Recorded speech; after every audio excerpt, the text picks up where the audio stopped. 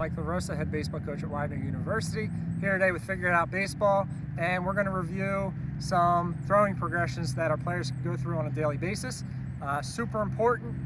This is something they do every single day, so great opportunity to get better at throwing and catching, which, when we're talking about defense, is the primary objective. Last video, if you hadn't had a chance to look, we talked about how to grip the baseball and some important things there. So once we got that figured out, we're going to move into our progressions.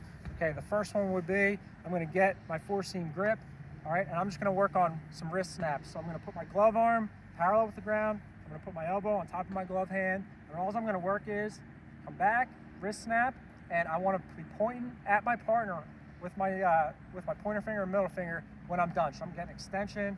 Okay, so it's going to be right here. Come back and extend through, and all we're doing is feeling that good wrist snap, end over end rotation, staying on top of the baseball. Some ways that some guys tend to fall into bad habits or do this wrong is, one, they get outside the ball. So their fingers get outside the ball gets outside of the wrist. Even if it's slight, and they're just creating a bad habit of not getting that good end over end rotation. Okay, they're getting some tilt on the ball. A lot of times too, we'll see guys bring their arm all the way back. So they come all the way back, they come all the way forward, and that's not getting much out of it either. We want to use the wrist on this one. And then last we'll see, these guys are just lazy with it. Sometimes they're just like flipping it and they're not really working on anything. So we want to make sure that, okay, it's a good wrist snap, pull back, and a follow through. Okay, so I'm getting it firm, hitting my partner. And my partner's not far. He's only about 8 or 10 feet out in front of me, so I can get that rotation.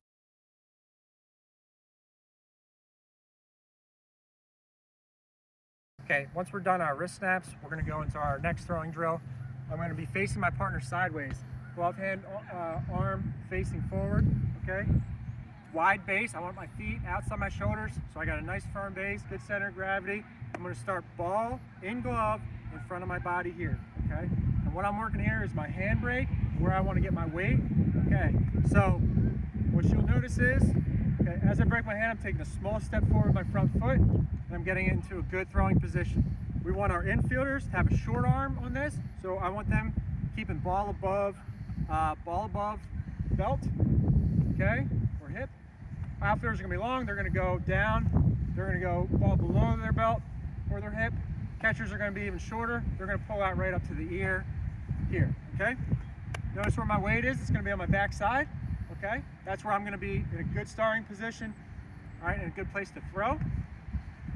My front arm, elbow, I got a firm front side. Firm front side, we want strong front side, not lazy or weak with it. I got front elbow pointing at my target. I got ball facing back in a four-seam grip. Elbow, even with shoulder, can be a little bit below. We don't want to get too high, we don't want to get too low. Okay, right here, and I'm facing my partner. Big mistake we see. Guys do this. They over-rotate, and now they're facing the wrong person, and they're having to over-rotate all the way back. So what happens is they become real rotational, they get no carry on their ball, they lose arm strength, okay? So we want to try and maximize arm strength, get revolutions on the ball, so I want everything coming from here, okay? And when I'm ready, I'm going to rotate and throw, and I'm not moving this back foot, I'm just going to pivot over on it. So here, okay, all right, I'm ready to throw, and here, notice where I finished with my weight, chest over front leg, okay? Rotated over on the back foot, everything's going at my target, okay? One more here, so I'm here, there.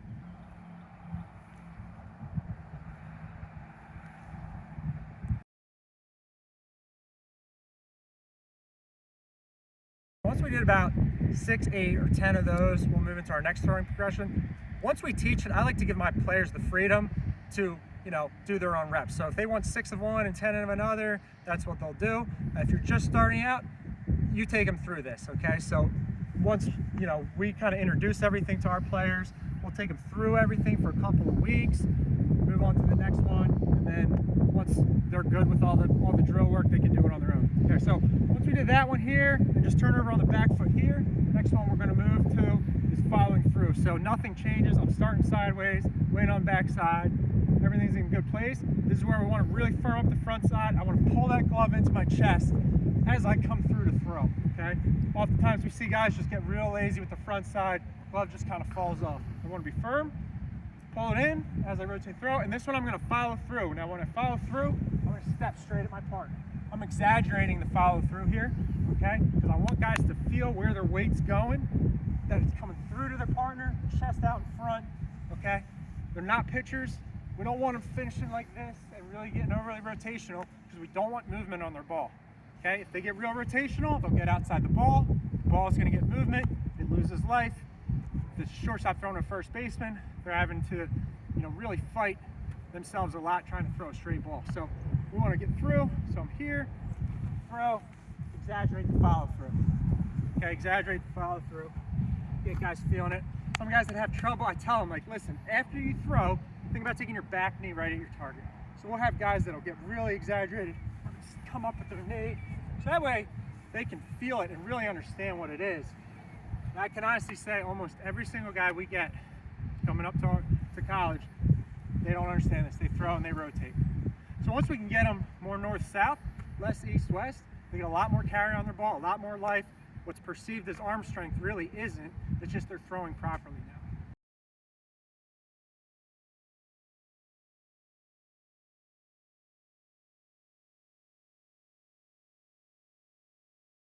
This is Mike LaRosa, head baseball coach, Widener University. Just went through some throwing progressions that our players can do on a daily basis before practice and games. This is part one of a two-part series. Next part, we're going to be talking about long toss and then also receiving and the importance of that in this catch play routine.